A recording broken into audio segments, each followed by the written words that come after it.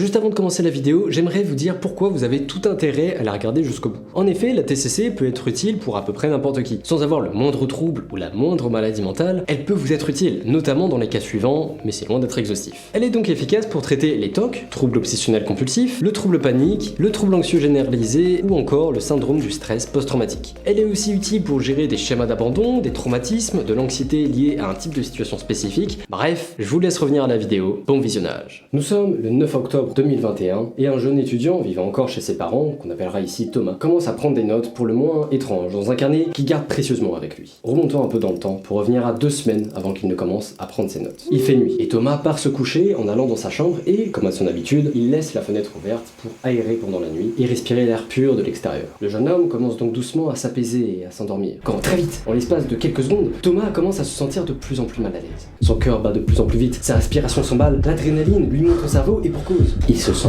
observé. C'est même pire, il ne se sent pas observé, il sait qu'il est observé. Il sent une présence venir de la fenêtre, se situant seulement à moins d'1 mètre de lui. Et alors que sa respiration, son cœur et son taux d'adrénaline atteignent un niveau critique, il arrête de respirer d'un seul coup. Il a la sensation d'étouffer. Thomas sait que c'est fini. Un meurtrier a escaladé la fenêtre et se trouve maintenant juste au-dessus de lui, prêt à le poignarder avec un grand couteau de cuisine bien aiguisé. Alors qu'il vient de couper sa respiration pendant ce qui lui a paru être une éternité, Thomas trouve enfin le courage d'ouvrir les yeux et découvre qu'il n'y a personne. Mais il se lève quand même, en plein stress, les yeux écarquillés. Il a senti et sent toujours la présence d'un intrus dans sa chambre. Il en est certain. Il regarde sous le lit et... rien. Il regarde par la fenêtre. Rien. Il écoute attentivement ce qui se passe dehors, mais il n'entend que le bruit des rares voitures qui passent, le bruit du vent et les feuilles de l'arbre planté dans son jardin. Mais rien d'autre. Aucun bruit suspect. Il en vient même à penser, pendant un court instant, que l'intrus sait qu'il a été repéré et qu'il fait exprès de faire le moins de bruit possible, voire de rester immobile, accroché à un rebord proche de la fenêtre. Mais quelques instants plus tard, Thomas finit par reprendre ses esprits et se rend à l'évidence. Il vient de vivre la plus grosse crise de panique de toute sa vie et a l'impression de devenir complètement dingue. D'autant que 2 semaines plus tôt, il a vécu une crise de panique très similaire. À la différence près, couvrir les yeux avait suffi pour qu'il réalise qu'il n'y avait personne, malgré les nausées et l'impression de suffoquer que cet événement lui avait causé. À partir de maintenant, c'est décidé. Avoir l'impression d'être littéralement sur le point de mourir à 5 reprises, parce que la fois d'avant était loin d'être la première, ça aura suffi à Thomas. Et il décide donc de complètement refermer les volets et la fenêtre de sa chambre chaque nuit, en attendant de pouvoir parler de ces événements à son psychologue lors de leur prochain rendez-vous, qui n'a lieu qu'une fois tous les 1 mois et demi. On revient dans le présent pour se demander alors quelles sont les notes que prend Thomas dans son précieux carnet, suite à ces événements traumatisants. Eh bien, ces notes comprennent le nombre de fois où il ouvre la fenêtre de sa chambre, le nombre de fois où il regarde cette fenêtre, et le nombre de fois où il reste dans la pièce avec la fenêtre ouverte, mais sans la regarder. Il note aussi le nombre de fois où il fait tout ça, mais de nuit. Il indique, en face de chacune de ses actions, et sur une échelle allant de 0 à 10, à quel point il a été stressé par chacune d'entre elles. Il sera ensuite occasionnellement chez son psychologue pour analyser les résultats. Vous l'aurez compris avec le titre de la vidéo, ce jeune homme travaille sur lui-même dans le cadre de la TCC, pour thérapie cognitivo-comportementale, avec un psychologue formé à cette thérapie. Mais ce qui est plus intéressant encore, c'est l'identité de ce jeune homme, et la raison pour laquelle sa fenêtre le stresse autant, et depuis quand. Quel fut l'élément déclencheur de réaction si traumatisante et violente pour lui, psychologiquement parlant? En ce qui concerne l'identité du jeune homme, de ce fameux Thomas, s'agit-il d'une personnalité politique connue? S'agit-il d'une superstar, comme le cas de Selena Gomez, qu'on avait évoqué lors de la dernière vidéo, pour illustrer le trouble bipolaire dont elle a été diagnostiquée? Ou encore d'un célèbre vidéaste qui fait des millions de vues sur YouTube? Non. Ce jeune étudiant, traumatisé par la petite fenêtre de sa chambre chez ses parents en 2021, il y a de cela 3 ans, c'est moi. Et si vous restez jusqu'à la fin, je vous montrerai aussi directement les notes que j'ai prises dans ce fameux carnet, ce qui pourrait vous aider à y voir plus clair et à vous-même pouvoir utiliser cet outil si jamais vous rencontrez un problème plus ou moins similaire. Avant de poursuivre la vidéo, je tiens à préciser que le travail que j'ai dû faire sur moi pour cesser l'apparition de ces crises de panique a duré 6 longs mois, mais ça en valait largement la peine. Tout d'abord, on va voir ensemble comment définir la TCC dans le cadre de cette vidéo, pour savoir de quoi on parle exactement, et dans quel cas elle peut être utile. Ensuite, nous aborderons différents outils utilisés par les psychologues eux-mêmes, dont certains que vous pouvez plus ou moins utiliser en autonomie, si vous comprenez bien comment ça fonctionne. On en profitera également pour parler des liens de causalité entre comportement, pensée automatique, émotion, etc. Enfin, on verra les fameux détails de l'histoire que je vous ai racontée sur ma fenêtre, et de ce que vous pouvez en retirer à titre personnel pour vous-même. Commençons donc par définir ce qu'est la TCC. La TCC est une thérapie différente des autres, en cela qu'elle produit des résultats rapidement sur le court terme. C'est l'une des seules thérapies dont on peut surveiller concrètement la progression et donc démontrer avec des preuves solides et des statistiques rigoureuses que des gens se portent de mieux en mieux. En plus, le patient sera lui-même allé chercher dans sa vie personnelle les fameuses preuves de sa progression. Aucune autre thérapie, à ce jour et à ma connaissance du moins, n'est aussi directe dans son approche. C'est aussi probablement la thérapie avec un sens de la progression aussi linéaire. Il est souvent plus difficile d'évaluer la progression d'un patient avec les autres formes de thérapie qui sont souvent davantage circulaires. Ça correspond au moment où votre psychologue vous demande pourquoi vous vous sentez ainsi, quelle était votre relation avec votre mère ou votre père, etc. On va vraiment avoir tendance à fouiner dans le passé du patient, alors qu'avec la TCC, on reste sur le passé proche, le présent et le futur proche. Donc la croyance véhiculée par la TCC, c'est que ce sont nos discours intérieurs qui posent problème. Ce n'est donc pas tant ce qui nous est arrivé qui nous dérange, mais plutôt ce qu'on pense par rapport à ce qui nous est arrivé. Vous voyez la nuance? Prenons un exemple. Mettez-vous en contexte. Vous êtes en pleine session de psychologie avec moi et vous me racontez la chose suivante. Mon père est parti quand j'étais petit et il est jamais revenu. Dans la logique de la TCC, je vous demande donc la chose suivante. Et qu'est-ce que vous êtes dit après qu'il soit parti? Qu'est-ce que vous vous dites intérieurement? Ce à quoi vous me répondez, que j'en valais pas la peine, il s'en fichait de moi. Notre famille ne l'intéressait pas. Donc on va partir du principe que ce qui vous affecte réellement ici, c'est pas que votre père soit parti du jour au lendemain, c'est plutôt le discours intérieur que vous vous répétez à vous-même suite à cet événement qui vous affecte. Ce discours intérieur est notamment dû au fait que notre cerveau, il a besoin d'expliquer les choses. On peut pas juste accepter que quelque chose se soit passé sans savoir pourquoi ni comment. Ce n'est pas comme ça que notre cerveau fonctionne. Il veut comprendre. Il a besoin de comprendre. Et, à défaut d'avoir des explications valables, il peut être amené à développer les pensées négatives qu'on vient de décrire. Et c'est là que vous vous dévalorisez en pensant que vous ne valez pas la peine qu'on reste pour vous et que vous n'êtes pas important. Malheureusement, ce type de pensées vous suivront très probablement dans la vie adulte. D'où l'importance de travailler dessus le plus tôt possible. Alors comment peut-on travailler sur ces pensées? Quels sont les outils, les méthodes pour diminuer l'impact que ces pensées ont sur nous? La réponse après la pub.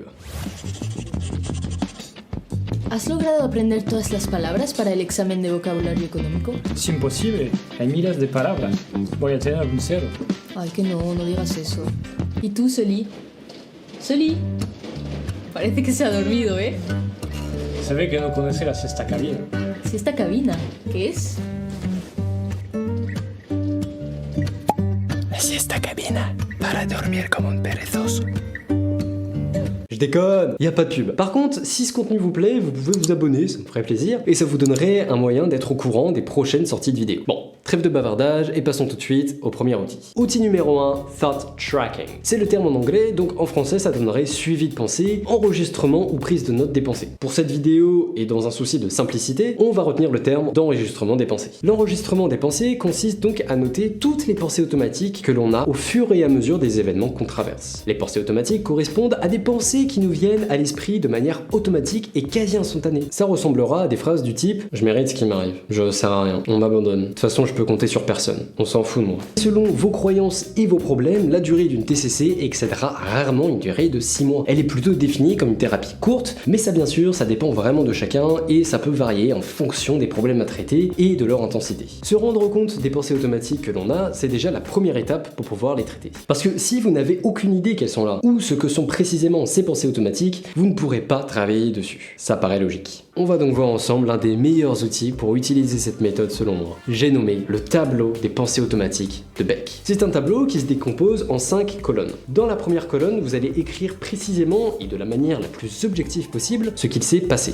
Donc, zéro hypothèse, vous décrivez uniquement les événements tels qu'ils se sont déroulés. Il faut rester factuel. Ensuite, vous écrivez le nom des émotions ou sentiments que cette situation vous a fait ressentir. Demandez-vous vraiment, qu'est-ce que je ressens? Quelle réaction se produit dans mon corps? Quelle est l'émotion qui s'exprime? Donc vous pouvez écrire colère, tristesse, mépris, jalousie, dégoût, joie, etc. Et vous notez à côté sur une échelle de 0 à 10 l'intensité des émotions ressenties. Cette échelle de 0 à 10, elle va se retrouver aussi dans toutes les prochaines colonnes. Troisième colonne, vous listez toutes les pensées automatiques que vous avez eues. J'insiste sur le fait qu'il s'agit vraiment des pensées que vous avez au moment même où l'événement s'est produit, ou dans les millisecondes qui ont suivi. Ce ne sont pas des croyances, des pensées ou des réflexions que vous vous êtes fait a posteriori, ou au moment d'écrire dans cette colonne. Demandez-vous vraiment, qu'est-ce que je me dis spontanément? Quelles sont les images mentales qui arrivent? Quelles sont mes idées, mes messages? Des postulats ou règles me sont-ils rappelés? Quatrième colonne, vous listez toutes les pensées alternatives, c'est-à-dire toute autre raison plus positive et rationnelle qui pourrait expliquer la situation. Vous évaluez toujours sur une échelle de 0 à 10 votre degré de croyance à chacune de ces pensées. Enfin, dans la cinquième et dernière colonne, à la lumière des pensées alternatives que vous venez de lister, vous réévaluez sur une échelle de 0 à 10 à quel point vous ressentez toujours les émotions que vous avez décrites dans la deuxième colonne colonne et vous réévaluez également chaque pensée automatique que vous avez listée dans la troisième colonne. Il est important de noter que si ça ne diminue que très peu, voire pas du tout, il y a deux explications majeures possibles. Soit vous avez mal rempli le tableau et vous n'avez pas complètement compris comment faire, peut-être que vous n'avez pas listé suffisamment de pensées alternatives, car il faut à tout prix que vous ayez au moins autant de pensées alternatives que de pensées automatiques, si ce n'est plus. Autre explication possible, la situation vous donne réellement raison. Parce que oui, c'est pas parce qu'on s'imagine toujours être abandonné par exemple, que c'est toujours dans notre tête et que c'est systématiquement faux. Parfois il y aura des situations qui donneront raison à vos traumatismes, insécurité et croyances dysfonctionnelles. Mais c'est pas pour ça qu'il faut se dire qu'on avait donc raison, parce que ces croyances se révèlent être fausses le reste du temps. Et ça, c'est important de le garder en tête. Comme il s'agit d'un travail long qui s'effectue progressivement, ça se fait pas du jour au lendemain, lorsque vous avez des comportements problématiques en réponse à un schéma d'abandon par exemple, soyez à l'écoute de vos émotions. La solution n'est pas de les ignorer en se disant qu'elles n'en valent pas la peine, mais au contraire de bien les écouter et de les voir comme des signaux d'alerte que vos croyances ou pensées dysfonctionnelles se manifestent. Posez-vous alors la question du pourquoi vous êtes énervé, jaloux ou triste. Si vous avez conscience de vos schémas de pensée irrationnels, vous pourrez remplir le tableau de Beck en rentrant chez vous, et en attendant, vous pouvez imaginer votre moi intérieur comme une version de vous lorsque vous étiez enfant. Ça peut vraiment vous aider de vous imaginer vous-même mentalement en train de rassurer votre moi enfant intérieur. Visualisez-vous vraiment en train de vous rassurer vous-même comme si vous étiez un enfant. Si vous prenez un petit temps pour ça, ça peut vous aider à vous ramener dans le moment présent et surtout à bien appuyer pour vous le fait que ce sont vos pensées dysfonctionnelles qui génèrent ces émotions désagréables et non la situation en elle-même. A l'inverse, se dire des choses comme t'es bête, mais pourquoi tu penses ça? Tu sais que c'est n'importe quoi, ressaisis-toi un peu. Ça va vous amener à être trop dur envers vous-même et c'est contre-productif. À la place, dialoguez avec vous-même intérieurement. Pensez aux conséquences que votre comportement va finir par provoquer si vous continuez à agir ainsi. Comme provoquer la fin d'une amitié parce que votre ami en aura marre de votre comportement. Et dites à cette partie de vous-même quelque chose comme je comprends ton point de vue, tu cherches à me protéger et je t'en remercie, mais rassure-toi, je peux gérer la situation moi-même à partir de maintenant. Outil numéro 2, interroger nos pensées automatiques. On prend conscience de nos pensées automatiques avant de les interroger pour découvrir les prémices ou les suppositions qui se cachent derrière ces pensées automatiques qui n'en sont que le résultat, la conséquence. On va donc faire appel à ce qu'on appelle en TCC la technique de la flèche descendante. Derrière ce nom scientifique se cache une méthode assez simple à appliquer. En fait, votre thérapeute va vous poser des questions sur les pensées automatiques que vous avez, comme pourquoi est-ce grave? Ça signifierait quoi pour vous si c'était vrai? Et ces questions vont vous permettre ensemble d'identifier les croyances profondément ancrées en vous ou vos schémas de pensée récurrents. Enfin, vous travaillerez ensuite à défaire ces pensées et à les rediriger vers des croyances et des pensées plus positives et productives pour vous faire avancer.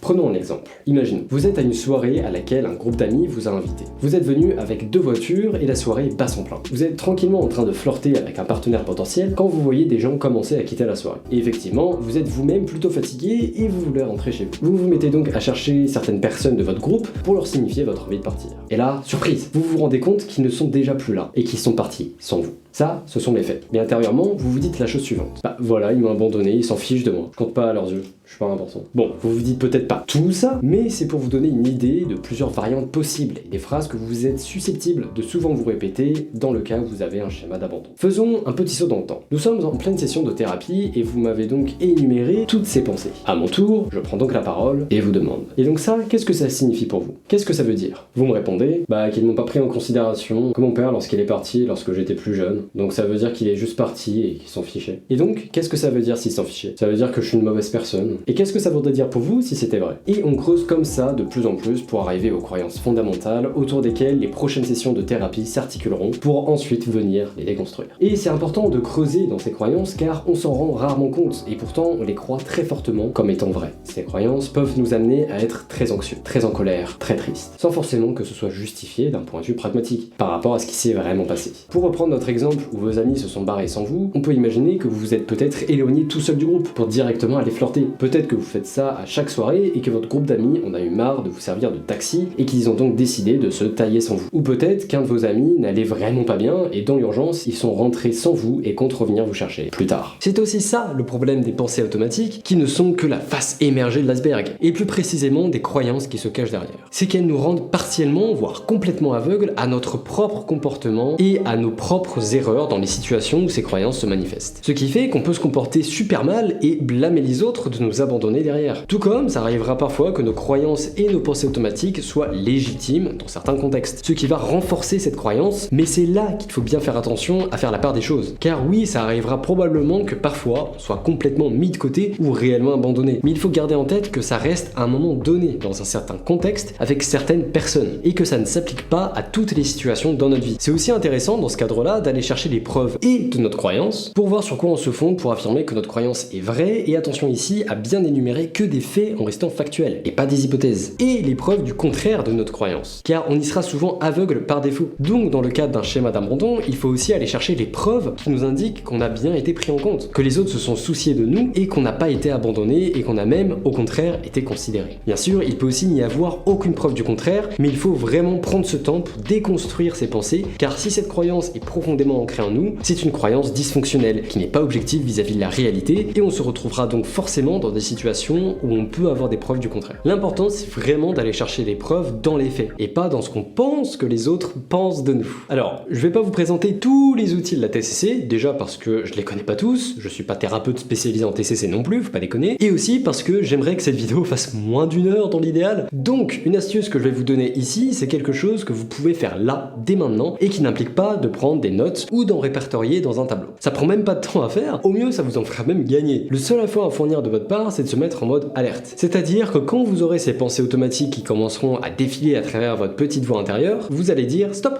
Vous pouvez le dire à haute voix. Imaginons que vous vous réveillez en retard et que vous vous dites intérieurement: oh putain, mais je me suis réveillé 20 minutes en retard, mais je suis tellement fainéant et stupide. Vous assistez donc à un défilé de vos pensées automatiques, et c'est à ce moment-là qu'il faut tirer sur l'alarme incendie de votre cerveau pour dire stop, ça suffit, je sais que ce sont mes croyances irrationnelles qui me jouent des tours, je me suis levé 20 minutes en retard, et bah ça arrive, y a pas mort d'homme, ça arrive à tout le monde. Certaines personnes aimeront dire stop à haute voix quand d'autres préféreront s'imaginer en train de rouler très vite sur la route, puis de tomber sur un panneau stop au-delà duquel elles ne peuvent pas aller plus loin. Ça, c'est comme vous préférez. Testez et vous verrez ce qui fonctionne le mieux pour vous. Alors évidemment, si vous optez pour la première option, je vous déconseille fortement de crier stop en plein repas de famille. Mais dans la mesure du possible, ça peut en aider certains. Moi par exemple, ça m'aide quand j'ai trop de pensées négatives de me parler à moi-même à la deuxième personne du singulier à haute voix, pour revenir à ce qui est factuel et souligner à quel point ces pensées pas très gentilles ne sont ni productives ni utiles à ma vie ou à mes objectifs. Il existe un vrai lien de causalité entre une situation, nos pensées liées à cette situation, les émotions générées par ces pensées et les comportements qui découlent de ces émotions. Une situation va nécessairement générer des pensées. Ces pensées sont elles-mêmes tirées des croyances, parfois irrationnelles, que l'on peut avoir sur notre perception du monde et des événements. Ces croyances, qui se manifestent par le prisme plus concret de nos pensées, vont à leur tour engendrer des émotions en réaction à ces pensées, et ces émotions seront particulièrement fortes et seront probablement liées à de la colère, de la frustration, de la tristesse ou encore de la jalousie, dans le cas où les pensées en question sont dues à des croyances liées à une certaine forme d'injustice, comme l'exemple du père qui nous abandonne sans raison apparente pendant l'enfance. Enfin, ces émotions vont générer des comportements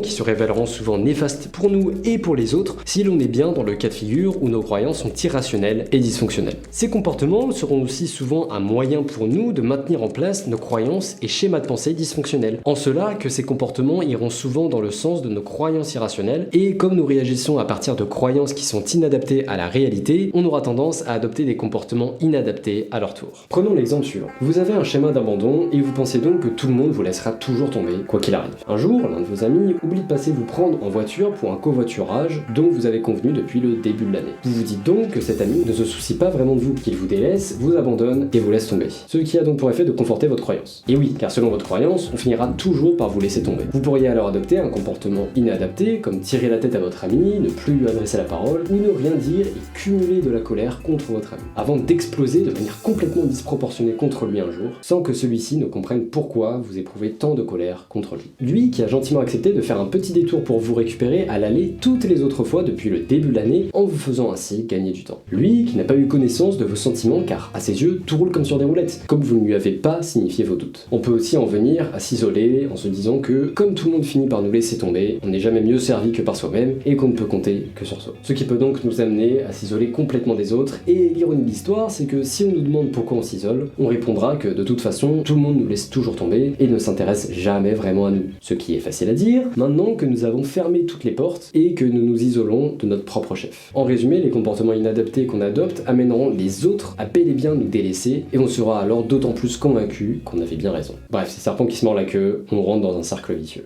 Un autre outil possible, et dont je n'ai pas parlé, c'est la grille CK. Vous pouvez approfondir les recherches de votre côté si vous voulez, mais nous, on va s'arrêter là. Car cette vidéo ne sert que d'introduction à un sujet bien plus complet et complexe. Sans compter le fait que la plupart des outils doivent se pratiquer dans un certain cadre, avec un thérapeute y étant formé, et pouvant ainsi vous accompagner dans cette démarche. Autrement dit, ça n'aurait que peu d'intérêt pour la grande majorité d'entre vous. Cela dit, je vais vous présenter un tout dernier outil que vous pouvez utiliser en toute autonomie, sans aide extérieure, car c'est en lien avec les détails de l'histoire du début de vidéo que je vais vous présenter juste après. Il s'agit d'une sous-catégorie de la TCC, j'ai nommé la thérapie d'exposition. Admettons que vous ayez le vertige. En suivant la démarche de la thérapie d'exposition, vous allez petit à petit vous mettre en hauteur. Et j'insiste sur le petit à petit. L'idéal serait aussi d'enregistrer vos résultats et de systématiquement noter votre état de stress sur une échelle de 0 à 10 pour mesurer votre progression et l'encourager. Imaginons qu'à la première séance, vous atteigniez 2 mètres de hauteur sur un mur d'escalade et que vous avez évalué votre stress à 8 sur 10. La fois d'après, vous allez descendre d'un niveau pour atteindre 1,5 mètre du sol. Et imaginons que votre état de stress est cette fois-ci de 5 sur 10. C'est une bonne chose. La fois d'après, vous allez revenir à cette même hauteur et si vous ne vous sentez pas d'aller plus haut, c'est pas bien grave. Vous escaladez régulièrement pour atteindre ce palier et vous allez voir qu'au fur et à mesure des séances, votre état de stress va diminuer pour passer à 4 sur 10, 3 sur 10, 2 sur 10 et vous vous sentirez naturellement prêt à monter de plus en plus haut et vous pourrez ainsi répéter ce processus. L'important c'est de ne pas se précipiter, quitte à revenir plusieurs fois à la même hauteur et de manière plus universelle au même degré d'exposition de votre peur irrationnelle en attendant de constater une diminution de votre état de stress et seulement à ce moment-là, vous pourrez aller un peu plus loin, étape par étape. Ça marche aussi pour l'anxiété sociale. Si vous avez peur de parler à des gens, vous pouvez vous dire « Ok, aujourd'hui je sors et je dis bonjour à au moins 3 inconnus. » Et petit à petit, vous vous mettez des défis de plus en plus poussés. Mais si le défi vous génère trop de stress, c'est qu'il faut soit continuer à rester sur votre palier actuel, soit à trouver une étape intermédiaire qui vous fait moins peur pour continuer à progresser.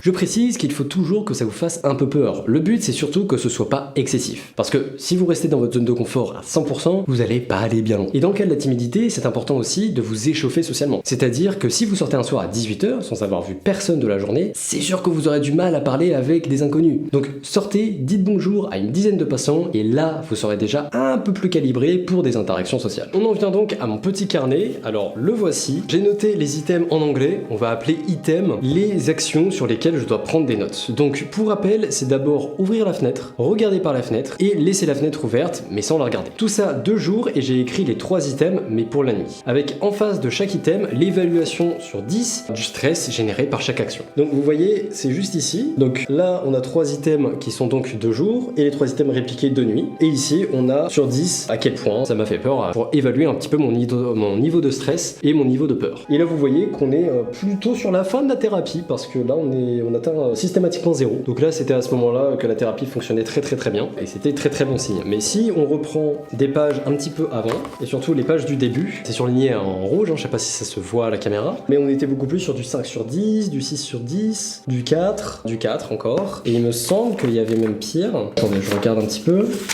Non, c'était les pires scores que je faisais, donc ça va, c'était pas non plus, ça pouvait être vachement pire. Mais ça n'avait rien à voir avec le taux de stress que j'avais au moment des crises de panique en fait que je faisais avant de commencer la thérapie. On est donc ici plus précisément sur une sous-catégorie de la TCC et qui est la thérapie d'exposition dont j'ai parlé juste avant. Dans le cas d'un traumatisme, je vous invite vraiment à pratiquer cette thérapie avec un psychologue formé à la TCC et qui pourra vous accompagner. Parce que je peux vous dire qu'ils savent donner les meilleurs paliers de progressivité pour surtout pas aller trop vite et se faire du mal inutilement tout en avançant. Enregistrer les résultats quotidiennement, ça aide aussi à réaliser qu'il n'y a aucune raison d'avoir peur parce que vu le nombre de fois où j'ai ouvert ma fenêtre, regardé dehors et laissé la fenêtre ouverte, de jour comme de nuit, s'il y avait vraiment un danger, je pense que ça ferait longtemps qu'il se serait manifesté. Vous croyez pas? En fait, on donne à notre cerveau la preuve que toutes les fois où il s'est exposé à cette peur irrationnelle, rien ne s'est passé. Et là, vous pourriez me rétorquer, sinon on ferme complètement les volets, on ferme la fenêtre à chaque fois et on n'a jamais peur du coup. Oui, mais non, c'est une fausse bonne idée. C'est d'ailleurs ce que j'avais moi-même commencé à faire suite à la crise de panique dont je vous ai parlé en tout début de vidéo. Mais pour le cerveau, ça renforce l'idée que si on évite une situation, c'est donc bien qu'il y a une raison pour l'éviter, et que c'est donc dangereux. En fermant la fenêtre et plus généralement en évitant à tout prix de se retrouver dans la situation qui nous effraie, on renforce d'autant plus notre peur liée à celle-ci. Pour reprendre mon exemple personnel, si j'avais continué à faire ça, le jour où je me serais retrouvé à habiter avec d'autres personnes, comme c'est le cas actuellement étant donné que je vis en colocation,